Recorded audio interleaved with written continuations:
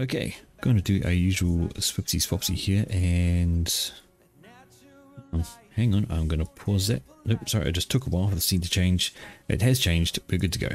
Anyway, do our usual, just sorting up this way, and let's have an introduction. We have Team 1 up the top, yes we do, and Team 2 down the bottom, and as I said, this is a Joe's game. Rankings are going from 600, maybe that's a wee bit low, up to 1200 high ranking, so that's all good. Anyway, let's have a look down at team number 1. First off, on the far left hand cuck position, it is Thanador, and we know this is a terrible position because it's hard to get support from your teammates, and it's yeah, one of the more difficult positions to play on this map. Anyway, it's Thanador. He is green and he is Aeon. Got his factory down and working away. Above him in the air position, because it is right up in the plateau, it is Belka 94. He is Cybran. He's in the red down the plateau from him. It is Majir. And Majir is UEF in lilac colour. Beside Majir in bright yellow is another UEF. It is All. I'm guessing it's All, not AI or something like that, but he's going to be All anyway. Beside All though, we have Avalis. Now, not to be confused with Elvis, the V and the L is the other way around. It is Avalis. Avalis is Aeon and Avalis is in the white colour. I don't know where his command is going, he should be heading this way. And finally, for team number 1 on the far right hand side, the highest rated player on their team, it is Strossi. Strossi's grey, Strossi is UEF, and facing off against Strossi is the highest rated player for team number 2, it is Pure Shika. I'm guessing it must be Pure Shika, it's not Pure Shika. It's going to be Shika.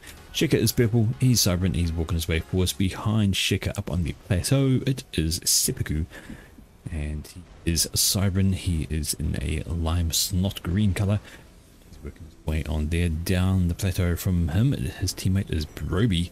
Robbie is also Cybran and he's in an orange colour instead. Beside Robbie over here, we already well up the front, it is Yerfdog, and old Yerfie is the first Seraphim in the game and he's a lovely pink colour. Beside Yerfdog, it is another Cybran in the shape of Jim Jack Jai, who's actually sitting with his commander in his base doing nothing, question mark. Should at least be moving, going somewhere, doing something, going over here, building those. He should be doing something. I'm guessing he's microing his engineers around, but that's how it is. But finally, on the far left hand side, for team number 1, it is Dozer. Not to confuse with Dozer, because there's 2 Z's in that name, so it is Dozer. He's a bit dozzy, and he is Seraphim in blue. So there we have it, folks. We have strong UF and Aeon presence for team 1 with a single Cybran, and team 2 is Cybran and Seraphim only. 4 Cybran, 2 Seraphim, not much variance there. Okay, we have to have a couple of labs. So a pair of flares are already making their way forwards, and if they walk around here, they're going to find a engineer quite happily doing nothing. So the question is, will they swing off in this direction and get this guy out? They're going to see a little bit of first blood from those guys, or is the first blood going to come from Yerfdog with an engineer nearby from an opponent? There we go. First blood is an engineer. Not too far behind were these flares. They're not going to swing this way and pick up the engineer. They are looking to come into the base. If they were to scoot down this edge, they'd pick up these reclaiming engines, which would be a good idea. Instead, they're wandering into the middle looking for something. They've been picked up by a Selene. If the Selene stays out of range, it'll be alright, but it doesn't. It runs right up to them and promptly dies. Now we're going to see an engineer join that Selene in the grave. 2 commanders in the middle having a scrap over the reclaim here, though Yerfdog has got the far better of that. He got there early, and I'd say he got the most of the reclaim. You see Dozer brought his commander back to take care of the labs. If you have labs and you manage to get them behind enemy lines, don't leave them standing still unless you're ready to lose them. Those 2 could have kept running around the edges, could have maybe picked up a couple more engines at the back, would have been kind of irritating, but nonetheless, they didn't. They stood around and they died. Okay, so right, Thanador got his comm all the way up here, made the mass extractor but didn't grab the reclaim. That is a curious decision, and what the heck are these? A lot of attack moves from a lot of different places, all these engines here. Interesting decision. I'm not too sure how it's going to work, but that's how it is. And Thanador has obviously not been told about the benefit of grabbing reclaim and how much it helps with your beginning eco, because he's left these 3 rocks behind. He's walked straight past these rocks and is instead grabbing the mass extractors, so that is a mistrick. Definitely wanted to grab the reclaim, but having said that, Dossa is doing the same thing. He's going for the mix first instead of the reclaim. I believe the reclaim is a better idea, although there he goes. He is grabbing those rocks. Okay, that's the left hand side, and let's check here. We have an upgrade going down for Yovdog. Getting assistance from Robbie wants to get to help his teammate get that done, especially as T2 is on the way for all. So all's T2. If you get some support, you'll be able to hold that off with some T2 PD. We'll see how that goes. But over on the right hand side, it is Pure versus Strossi. Just standing there. The commanders just exchanging, well, exchanging ammo basically. You have a bullet, you have a bullet, you have a bullet, you have a bullet. And that's how they're doing it. But the advantage does lie with Pure because he's got units around as well. They can pop down some extra DPS onto Strossi's comm there. And he is down to the yellow first. He has to walk away. He cannot maintain this position of commander and units having to go at him. Less health than the Siren Commander. Considering he started with 2,000 health more, that is quite a significant amount. So he's lost 5,000 compared to the under 2,000 for Pure. So yeah, he's not in a good way actually. He's dropped down to about half health, and Pure still has units around, although having said that, a few of them just got overcharged, and that is going to be Strossi won't be able to use his commander in the front for much longer. He's got some support coming in from the side. Evelys has decided to send some Auroras his way. Probably handy. Alright, up here we see Yovdog is all alone with his comm. He can't quite push all. He needed to have some units in support, any units at all, and he could have hung around, he could have pushed that, and he could have maybe gotten all off that upgrade. As it is, he's being pushed back by some Zuis, no support, and that is going to complete. He won't be able to interrupt that. The extra units up here from Evelys have issued Pure Shikaback. He's throwing down some T1 PD. I don't know if that's really that much of a wise idea. He's got plenty of units around him.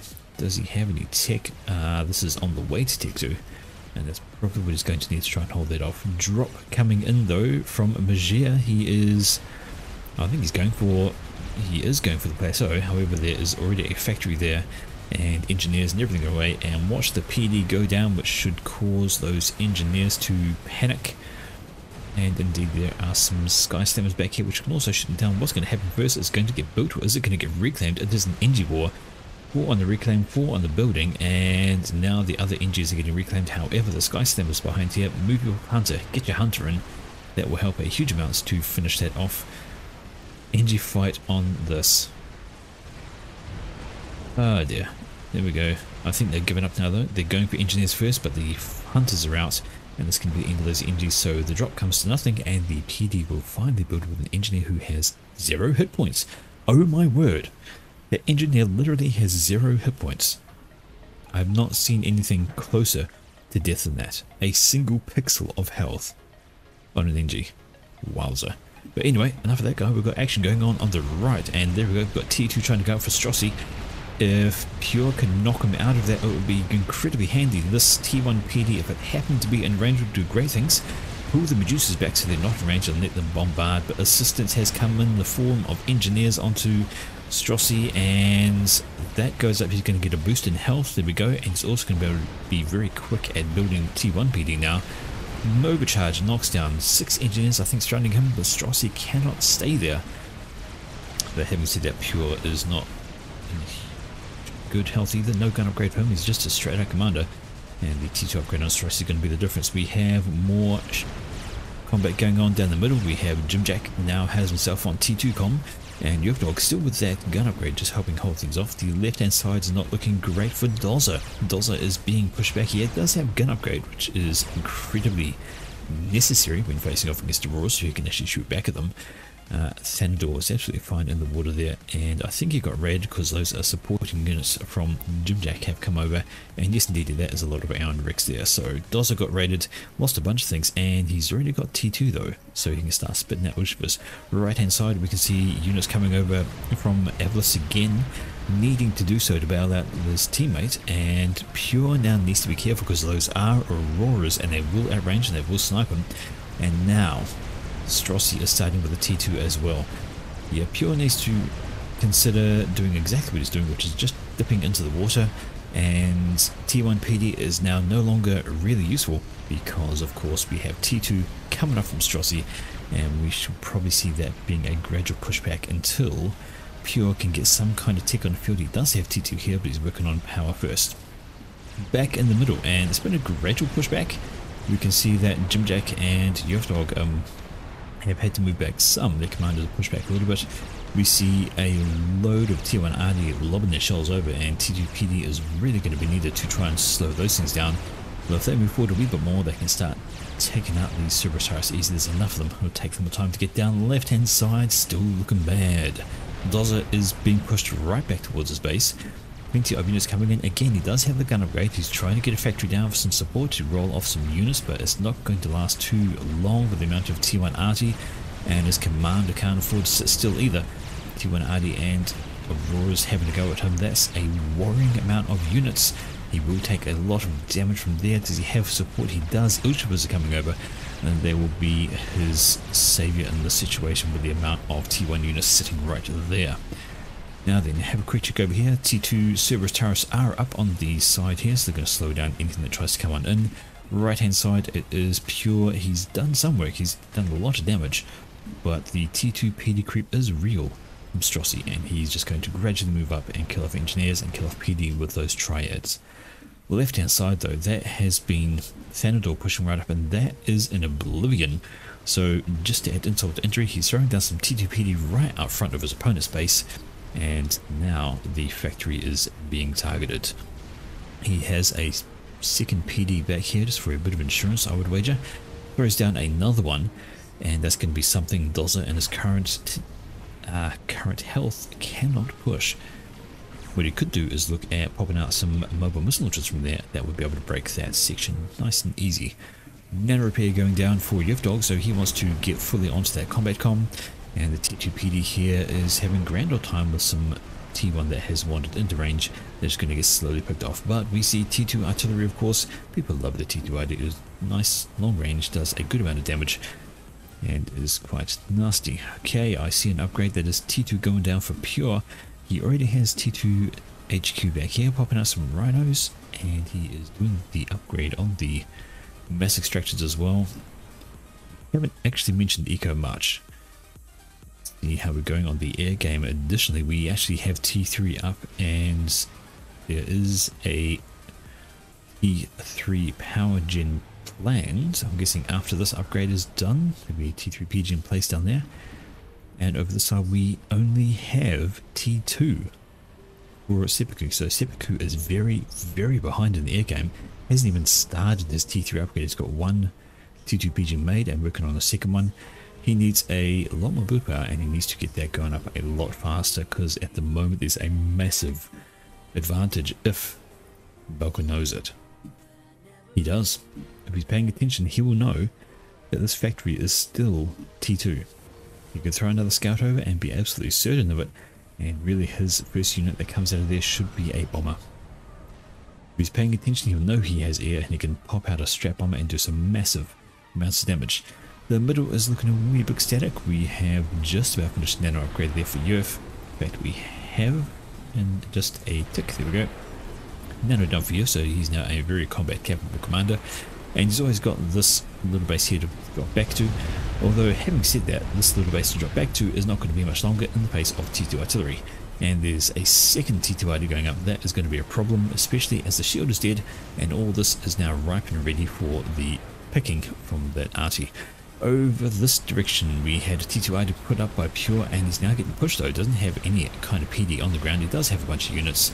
They're going to wander on up, but that T2 ID is going to be very handy for ousting things like this. If we can get that working on range, shooting at the right thing, it'd be incredibly handy. Okay, but there we go. Yofdog has pushed up with this comm. Of course, lots of damage can be done from, lots of damage can be taken. Really wants to do something about those T2 artilleries. Lots of T1 RD in the mix down here. I can see all the shells coming over. They're landing. They are getting denied by the shield, which has come back up, and extra units coming in from Avlis. And here we go. The cheeky navy from Majir. So he's also UEF. If he can get cruisers out of that, their attack missiles are going to wreak havoc across the map, and he can afford to do that because he's not getting pressured anywhere. Now we see pressure coming from Thandor. So he has enhanced this little front base here, He's got a few Oblivions, he's got a bunch of T1 PD. Good to have a mix, especially if you get rushed by a bunch of T1 units. The T1 PD is handy to have. There's some TMD in there as well, and that looks like an artillery replacement planned. So, Dog having to pull back, he cannot sustain his full pressure with the units being taken away by Jimjack, because Jimjack has to repel this push over here, can't get into his base. And the supporting T2 units in from Robbie are helping, but not quite enough. T2 artillery, there's now 2 of them here from Mr. All, and those are just going to have free reign to pick these off because there's no shields, no nothing. They are ready to die. Over on the right hand side we see that is Pure having another push, so his commander is going out again. Only has T2, no gun upgrade, but he can do overcharge. Plus the T2 ID back here doing some extra damage, and that will just shoot away Strossi, especially if that goes down. But we have extra units again coming over from Avlis, so Avlis is playing a bit of a support role here. He's just sending units left and right to help out, and it is Pure's looking a bit damaged there. He's down under 5,500, under 5,000, and is Strossi going to push that? His commander is walking forwards, and I think he is. There is some T2 PD having to go, and Pure is down to 3,000 health, but Strossi is not giving up, and Pure's under a shield, under some shields now. That isn't going to help him a lot. Additionally, units are coming in as well, so it's going to be free damage on Strossi, but the units are coming in from Avlis as well, spamming up some T1 PD, which he needs to do, and I think Pure wants to try and focus down Strossi. If he can keep him within 2,500 health, it will be a mutual KO, and that's going to be incredibly important because as he is going to die, he's not going to get out of this. T1 PD is in, been made, and the focus is on Pure's comm. None of these roars are focusing the PD, and that could be a mistake because Strossi is taking extra damage. Down they go. That is Pure out of the game, and straight after is Strossi. So the T1 PD does its job there, and we have a mutual kill down the bottom. These two guys. Strossi almost got out. He did kill Pure first, but he just happened to still be in range of the T1 PD, but that is now a gap on the right hand side. Is a reclaim to be had. Time to grab it. In the middle we can see the T2 RD is under threat from a lot of Vipers. This is where you want scouting, because they're right there, and one scout plane going over would give this T2 RD a target to go for. And boy, what a target. All these clumped together Vipers, that would be a beautiful thing to try and kill. Plenty of TMD going up now, and look at all the missiles coming over. The shield is still depleting though. Good old nasty Cybran. Mobile attack missiles, they split when they get shot, so they still do some damage. And good evening old Teason, how are we doing? What on earth? Test stream. No, this is not a test stream, this is a live stream. How dare you? And now they're getting through. We have some other explosions going on, and what's this? Dog right in the middle here. Is he capturing? He is. I think he's capturing that extractor there. And the T2 RD is going to go down. There we go. That is a huge loss in the middle there. A good boost for Team 2 to get rid of that. Now the scouts come over. Now this is going to be seen, but a little bit too late because the RD is already dead. They haven't said that. Everything over here is already dead too. Okay, massive push on the left from Mr. Thanador. Gets repulsed by Jimjack with a few units of his own, but this is a nasty looking base here. We've got a couple of T2 RD, we've got a bunch of T2 engines putting things up, got a number of Oblivion turrets and a number of T1 turrets. The only thing that's missing is flak. There's no flak. A couple of T1 AR, but there's no flak in this mix at all. So it would be vulnerable to air. We do have T2, and I believe that is a cruiser coming off the bench. There, oh dear. In the middle though, there is a defensive fallback. Yes it is, so that is Broby and Dog just pulling the units back. They have achieved what they wanted to do, which was to kill off the T2 RD. And they need to throw the units away at this stage, although it looks like they're getting pushed pretty hard. And of course there are some flapjacks here as well, though if they sit still they're going to be introduced to a bunch of missiles from these guys. And yes indeed, there we go, they're having a bad time.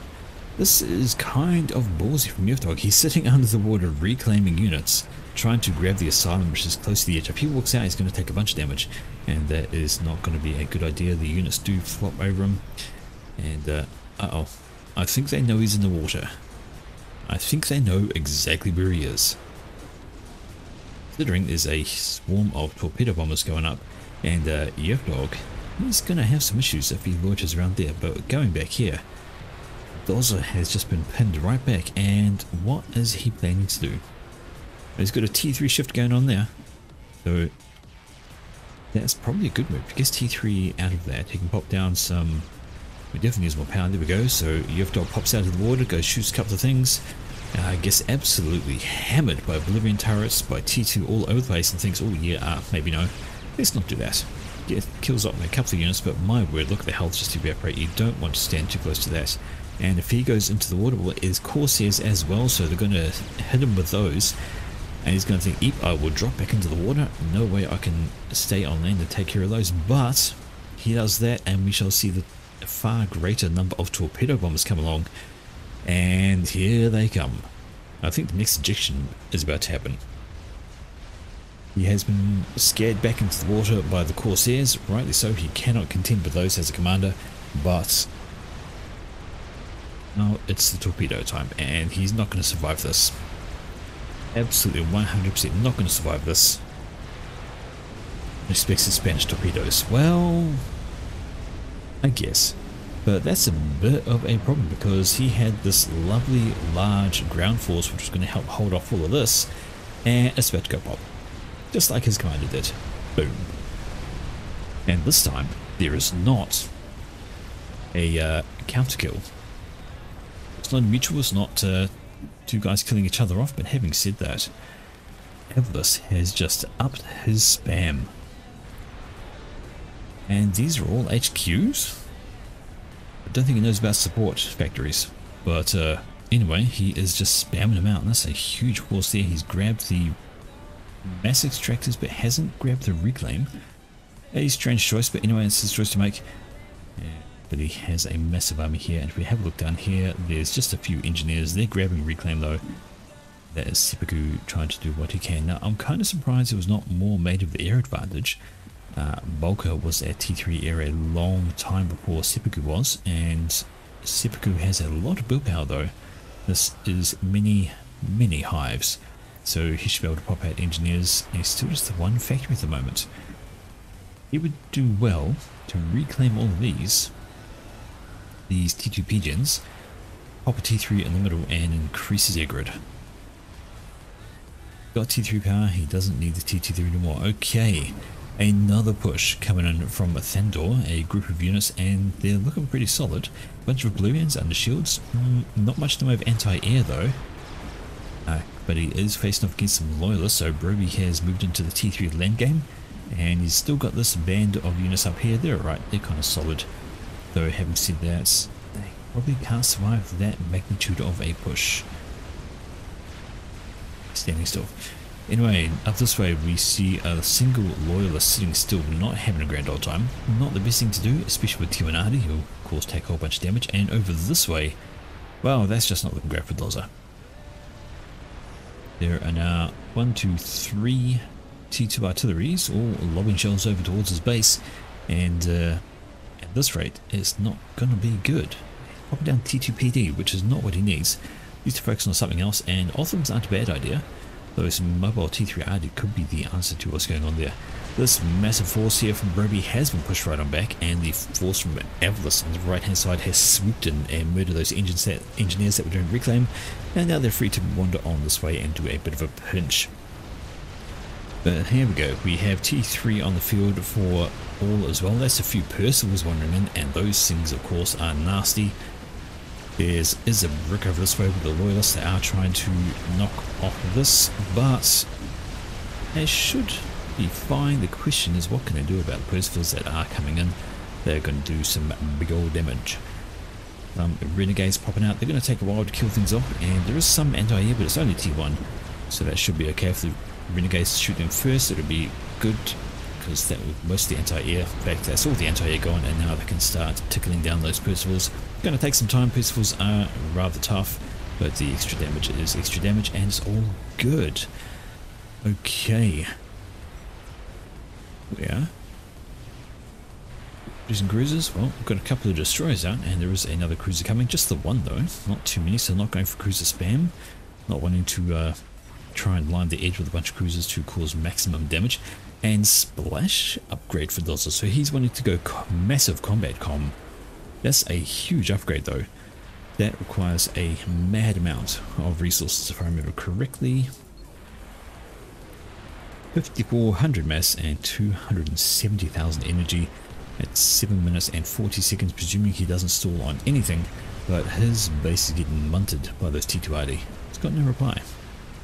Trying to get some power up, which he needs on the right hand side. Here we go, the push has come on in, and well, a Zapper's going to do great against nothing in this group. It's just a free kill.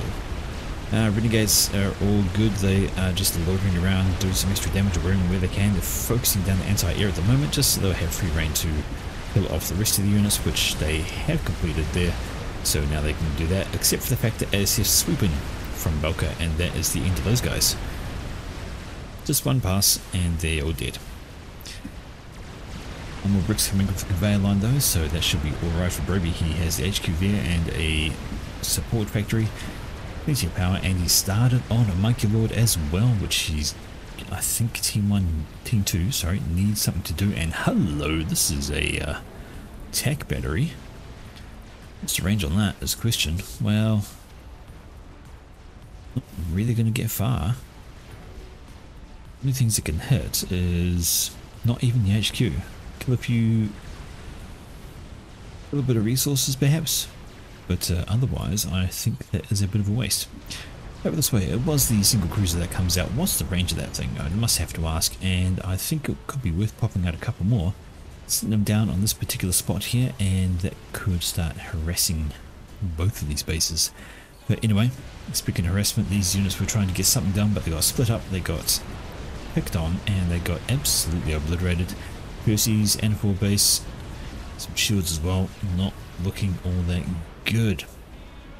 Okay, this force is moving up as well, and there's a few T2PD, and the Othams are in the region as well. Gonna have a grand old go at shooting those, as they should. Alright, scouting coming out from Seppuku, so he is concerned about something or other. Dropping some more engineers down here, gonna grab some more of that reclaim. This 4 base has been demolished by the advancing Bricks and Loyalists, as you do. Because especially Russian loyalists, because when they die, of course they die, and they cause the little short stun with the MP blast. That is just not fun for anything that's nearby them. Okay, and here we go, big push up this way, and hello, fuck the ground. All this PD is shooting ground. That's just... oh man. So much ground damage. Right on the edge. This game is 3D, people. Think about where you're placing your point of defense if it will be able to shoot over the edge of the hill. But now that the units have moved, they can actually make contact and start killing them. Okay, that's all good. But the T2RD back here is still getting work done. There's now 1, 2, 3, 4. They've added the 4th. They are just lobbing shells on over to destroy basically all of this. Not much they can be done there, but the push amounts to nothing. Maybe kills a shield gen, couple of PD, but otherwise doesn't get a lot done thanks to some support from Mr. Jim Jack. Right, and hello, T3 push. Plenty of them, but they are facing up against Percivals and a tidal pool base here, a few triads and some units under the shields that will slow them right down. Over the side we can see that, ooh, T1 PD. So some T2 engines have turned up, they're slapping down some T1 PD, and that's going to be bad news for these T3 guys who promptly run away. Okay, I guess. Yes, they can move out of range, and then they can maybe build their own PD back here, perhaps some T2, just something to go from that point. But once again, we have a group of units sitting in the middle here, some Vipers down behind, they're lobbing their missiles over. Just going to do some extra annoyance on that front. And you can see here, the T2 artillery has stripped the shield and just killed a mobile T3RD. Dear oh dear. I did wonder that. However, these were T2 engines, so they build them pretty quickly. I think he felt like he would rather fall back and do the safer option. Too much APM. Having said that, I don't know what he's spending his APM on. Plenty of willpower, my word, just look at all these hives he has. Hit them all up.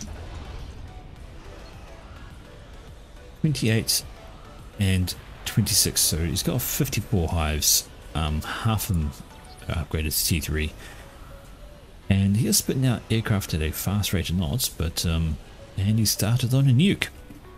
Because why not? Get a nuke launcher going. It could work. Monkey is a walking, and there is another monkey here from Jim Jack, but that's right, this monkey is going to be the main one, because what do we have to counter it? Well, we have some Percivals down here, they'll be well and good to have a go at it. Do we have any other experimentals? Nothing even started. There's all units and it is all spam for team number 1. This is just sitting out in the open. No protection whatever. 37.5 versus 90. Okay. I know it was like 28 upgrade, 26 not, but maybe he should focus on that. He's got plenty of air for the moment. But let's see what's going on up here. We see a few Corsairs, a bunch of ASFs, and not much else going on up there. Nothing special. That's just Belka being Belka sitting around. And still, these TTYD down here are having a go at Oz's base, who is stubbornly stuck to this upgrade. Look at it go. He is 75% of the way through that splash gun upgrade. Question is he going to get to use it, or is he going to die before he even gets anything done? But 2 monkeys done now, and Robbie has built another experimental, so he's done a 3rd monkey just like that. Guess who has all the eco? If you said Robbie, you'd be right, although Dozer actually got more. Color me surprised. He's actually ecoed up his base quite heavily and trying to get things done. That is a surprise, although having said that, I don't know if it's reclaim radar, but Robbie was ahead just for a moment, but he's behind again now. Right, units have been passed on over, and yeah, so Doz is just like, look, I've made these units, you take them, I don't care. I'm just like busy with all my APM of doing nothing. How are the artilleries? We still have 4, yep, just the 4. Those mixed units, but now 2 monkeys, yeah, ready to go. Seppuku believes he has air control. He thinks he has more ASFs than his opponent, and I think he might be right. Let's have a quick count of those. 163 for Seppu, and 66 for Belka. So Belka might have reached T3 air first, but he didn't use that advantage. Now he's well behind in the air game. That's not looking great for them. Alright, it's just been sitting there spamming away. Just lobbing missile after missile after missile. What would have been fun is snapping up some loyalists and redirecting those missiles. Because of course loyalists do have the attack missile redirect, but here we go. Here's the push on the left hand side that we've been waiting for. And throwing the anti-air in first is a curious decision.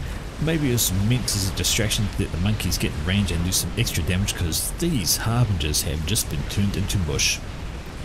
Double monkey laser will absolutely ream everything, but holy heck, look at the health drop off this. This thing pushed into range of many T1 PD, and it is just evaporating. So many T1 PD has to die to keep this thing alive, which they do. Often it's behind are good because they have some bit of a variable shooting. They can shoot multiple targets at once. The monkeys are good.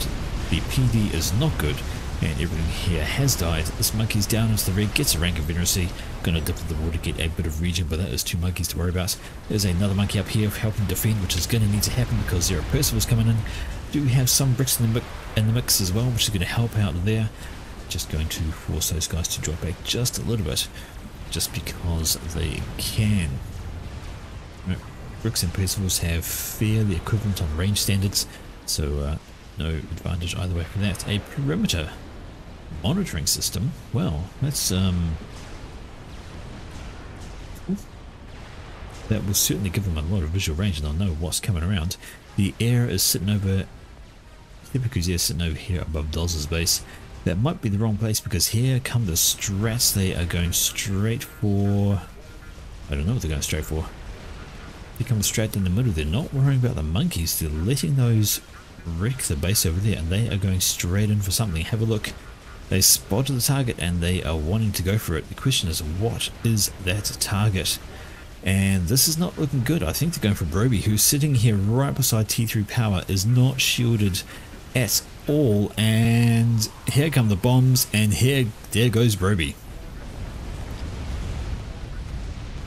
And where was Air?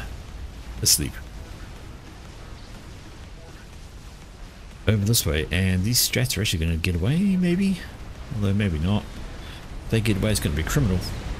And that is a huge loss, because there is one monkey over here which he had gifted over to his friend Jim Jack. There was a defending monkey over here, a massive defensive line, plus the perimeter defense going up.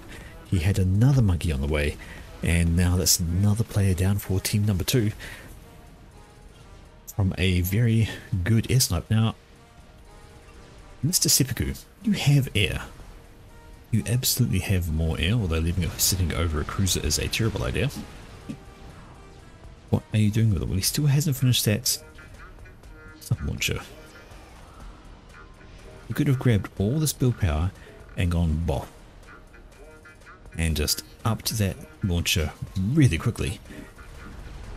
Would have caused all sorts of problems, because I don't see a single SMD anywhere. But he has focused on keeping the air game, he's focused on keeping his ASF up, but they're no good if you don't use them. And he didn't use them well at all, and that was a snipe onto Robbie, who, to be fair, probably should have been under shields at this point of the game. Even just one shield, 1 or 2. Alright, we now see the naval factory is under threat from everything. Some offense are pouring on, and Monkey is getting tippered down by some Corsairs, although I say some, that's a shit ton of Corsairs. However, the factory is going to die, so no more navy there. The monkey could pop into the water if it wanted to. I think there's still some torps floating around. Yes, there are. So the water is not safe for the monkey. It might as well just skirt the edges there, but it's going to die. Many Corsairs and ground units. Down goes the monkey. And that's some extra mass for team number 1. And there we go, the air turning up too late again. There's a push coming in this way, but there's a crab that has been built by Jim Jack, so he's not been idle. Got a brick, couple of point defense in the mix, but the crab is going to be the big bonus there. Just have a look at the damage it does to those Percivals. If both hit, that's pretty much a dead Percy. Drastic coming in, and that's going to be a bit of friendly fire. Congratulations, your strap bomber just killed your friend's point defense and damaged the brick. Go the Percivals, they'll get a bit of damage, they'll do some damage, but they won't get a lot done with the crab in the vicinity. Okay. Question time. What next? Well, Thanador is having a walk around with his comm. He basically lost his base over here, but he did manage to evac his commander, so he survived, and he can jump back on in. Okay. Do large ships block torps? I think they used to. I think they used to block torpedoes, but I don't think they do anymore, because back in the day, there used to be a thing that you micro your frigates in front of your subs, and it would keep your, keep your subs alive while the frigates took the torpedo damage. But I recently believe I see that not working anymore. So you can have frigates in front of your subs, but they will still go straight back. And all has built an experimental. I think I saw that before. Fatboy on the way. Yes, it was. There it is. My beautiful base is Thanador. Well, you got a beautiful reclaim. Yeah, you got a wee bit of reclaim there. 50,000 just sitting there waiting to be slurped up. You can rebuild that pretty fast. I get caught out. Alright. There we go. So we are looking at Seppuku has a bunch of strat bombers now. He's working on more, definitely focusing on that. Yeah. Now, if your nuke subs get found, then they are in problems early. And still, not. I think this could have been a good choice. I really do. Instead, he's focusing down the air, and he's still got these T2 pigeons, which could be absolutely reclaimed, turned into mass, and turned into a T3 pigeon. But what do I know? Alright, a few mobile missile launchers here. I think that's all the units Thanador has left. It's these MMLs, and they're trying to get the job done, but they're being denied by just a few zappers having a go there. So no dramas on that front. Seppuku has grabbed the base down here as well now. Plenty of point defense. Has shoot away those guys, of course. That was a while ago. No dramas on that front. And there we go. We see the ASFs are over this way again. Just trying to keep an eye out there. And the answer to this current battle is air power. Seppuku has it still, I believe. Yep, building ASF, he's got 197 now. I'm going to compare that to Bulker with his 112, so the advantage is less than what it was. And Bulker's actually stalling on power. Yes. Why is he stalling on power? Although he's looking to rectify that as we even speak. Okay, all well and good. These tactical missiles are still coming in for that cruiser. It did not die. It has got many, many kills. And veterancy up the wazoo, just about to get a 3rd rank of vet if I can kill off one more thing. I believe it'll get, one more thing, maybe not engineers, but hello chicken. That's going to be a concern. Although that's also a major concern. Look at the number of units streaming in from Majere. So this is what you might call a target rich environment. You could kill a lot of things. It's all T1. And what are they going to do? There's nothing on the ground here for them to kill. There's plenty of reclaim yet to be picked up. I don't know why it's been left. It should have been snaffled by somebody. We do have this crab here, which is in defensive mode. Just keeping an eye on things. And now it's going to move forward, having maybe seen all that. Has that turned up on radar? Answer is yes, it has. And hello. That's going to be an issue. Alright. Air is moving for Seppuku. His ASFs are moving on out, so are his strats in the middle of it all. So if that's going to be a thing, what is his target? Does he have something to go for? Well, he's scouting. He's trying to find, and yes, there is a comm right there, building a Colossus. Oh dear. If he goes for that, which he is, here comes the strats. No, the strats are pulled back. They've changed their mind. He's trying to lure these ASF into an airfight. I don't think he needs to worry about that. He does need to stop Elvis though. There's a lot of units coming on, and the GC down here though, we see the Loyalists have run right into the middle of all of this, and the Crab also marching forwards. I feel like it kinda has to because of the Fat Boy. Seppuku says, where ACU? I believe your team marked him right there under the thing that says com. Go for it, man. Kill the commander. Right. Crab is walked right into the middle here. It's going to have some problems in the face of absolutely everything. There's a bunch of Percivals. They're going to do a smashing amount of damage, as well as the Fat Boy. And this is an issue. Crab is down and the Athosa is standing still. Not what we want it to do, especially with Percival and Fat Boy fire coming in.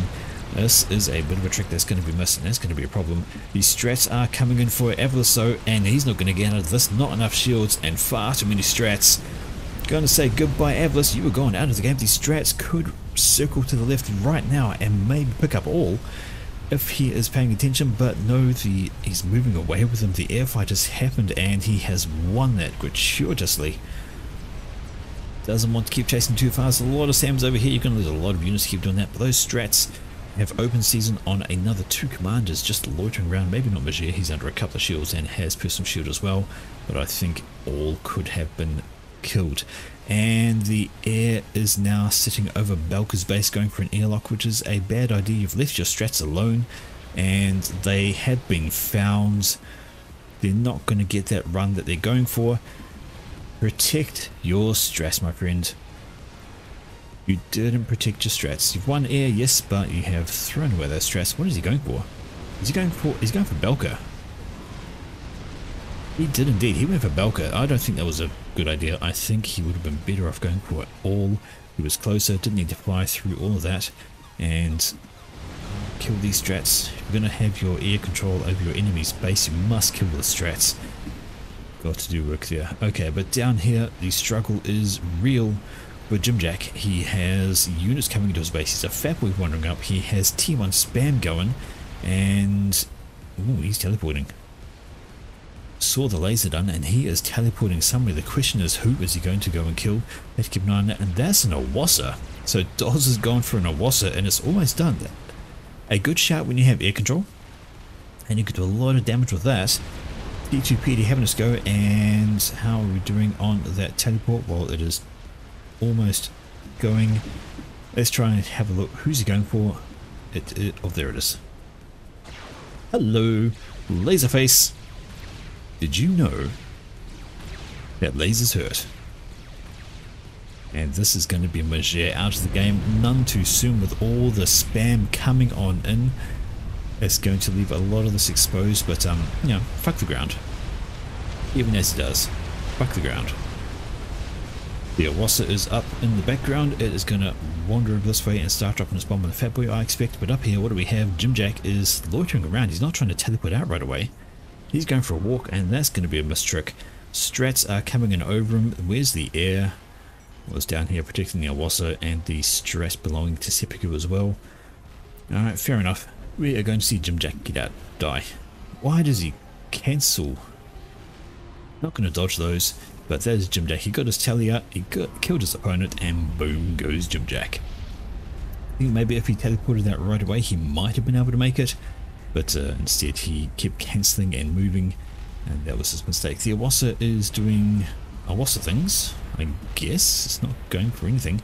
All this is about to pop though, so that Fat Boy is going to be shooting at basically nothing. Right, the Awasa needs to swing about and kill the Fatty.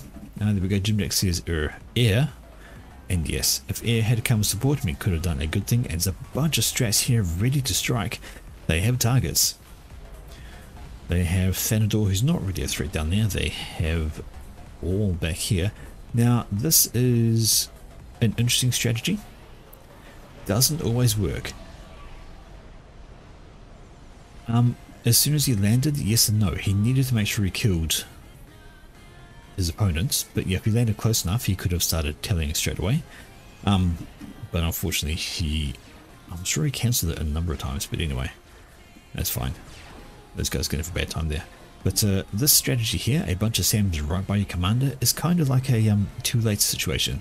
If you have a bundle of strats coming in, by the time the SAMs fire at them, they have already dropped their bombs and a snipe's going to happen.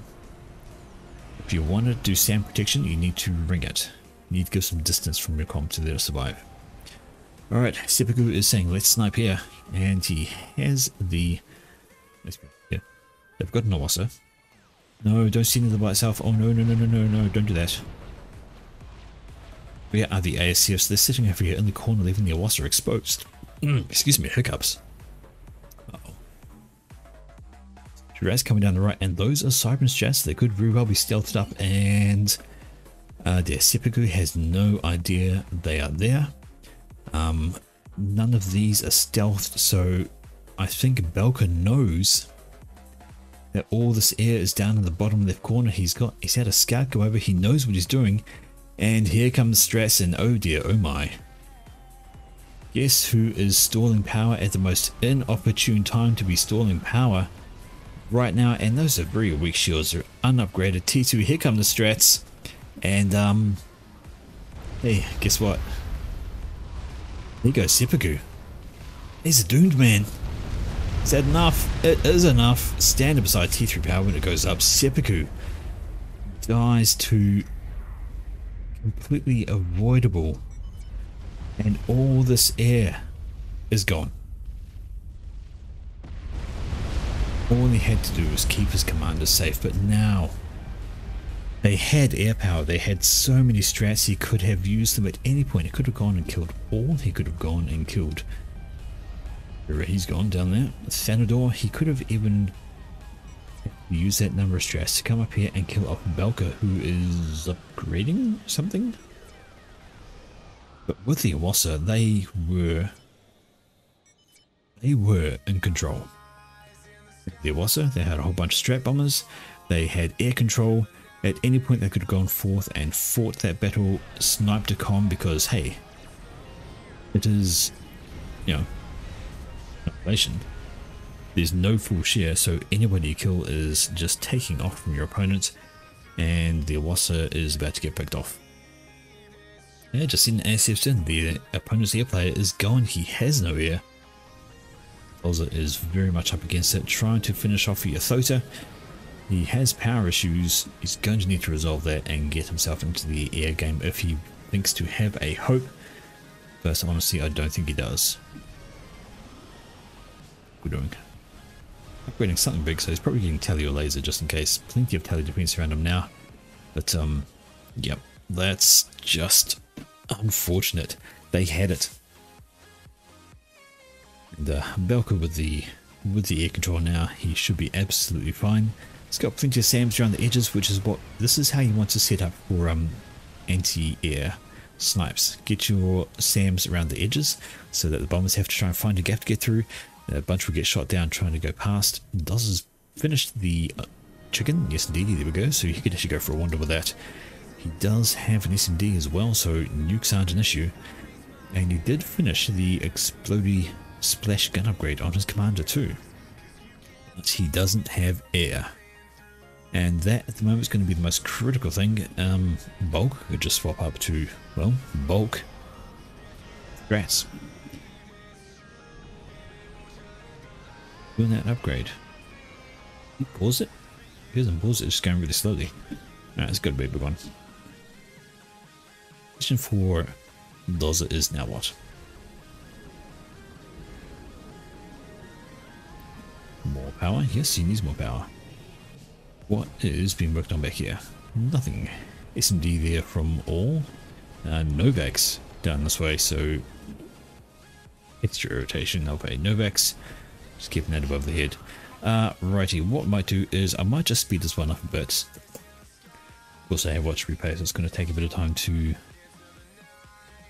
Guys are just building up ready to do the kill, and of course, you have the Athota coming in, and there's not much on the ground to stop us, so it could pick Thanador. Thanador says, I need a transport, and yeah, buddy, you do. Transport has been sent over from Mr. Bulka.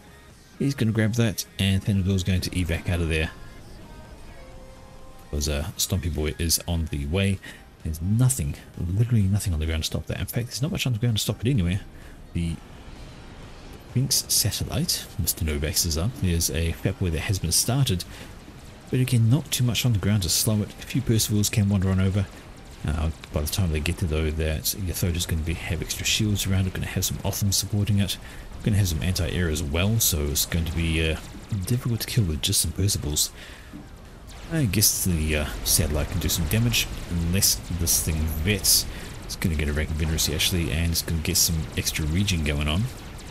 So all well and good on that front. Go. It's going to be very hard to kill. Right, over this way we have Othams versus a lone harbinger turns up and probably dies. Right, power issues again. Why do you keep having power issues? You really shouldn't. You need to focus on some extra pigeons right now. Your shields keep dropping, which is the absolute last thing you want to happen when you have a Novax overhead. Going straight for the SAC unit? Okay. And down here, missed a bit of a trick. These units have been caught out by the Percivals. They're trying to do their best, but nothing doing. Othams are doing okay. The shields are helping delay the damage. And the chicken comes over and says nope to all of that. Okay, down this way. Wow. The Awas is dead. Whether it was the satellite picking up what was on the ground or what, we do not know. But anyway, the Awasa has died. I didn't see the ASF go over, so perhaps it was that. Yathoto pushing on through, and T3RD having to go up here. Not a bad shot actually, kill off all of that.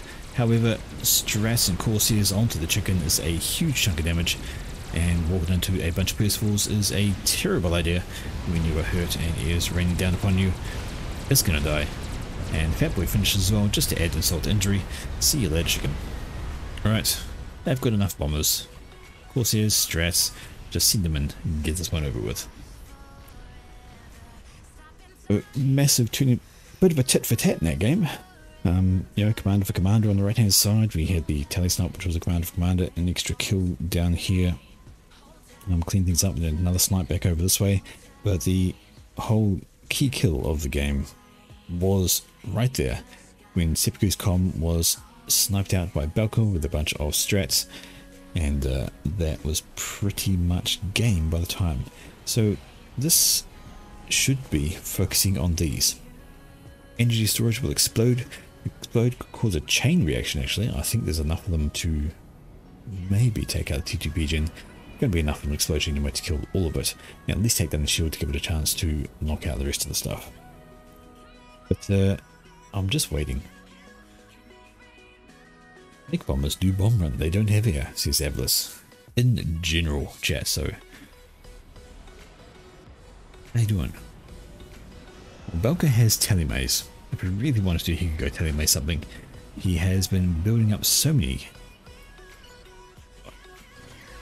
34 Corsairs and 15 Strats. He should just send them all in and it'll be game over. Oz right there. I'm hearing Fatboy anti-air fire. Really quite weak. It's hilarious, but it's quite weak. It's time now. What are they waiting for? So it gets this point, it gets slightly irritating, but you know, he's building power. Right, just he's got more than enough here to do the job. He's still actually building Corsairs. He's got some extras now. They have popped off the conveyor belts. I don't know why he's still building those. Does seem distracted. Get it over with. Couldn't bump it up again. Yeah. Long story short, this game's over. And it's pretty much a done deal. The Corsairs are finally moving off to the right hand side. I don't know why he's being so cagey with them, because there really is nothing doing. And the strat just go straight. Sneaking around the edge of the map, trying to be clever. Yes, you needed to do that with your other kill, but this one not so much. There's literally not enough on the ground to stop them getting through. SF's coming, they shoot some things down, stress coming, there we go, boom. It's all he needed to do, like, you know, 5 minutes ago.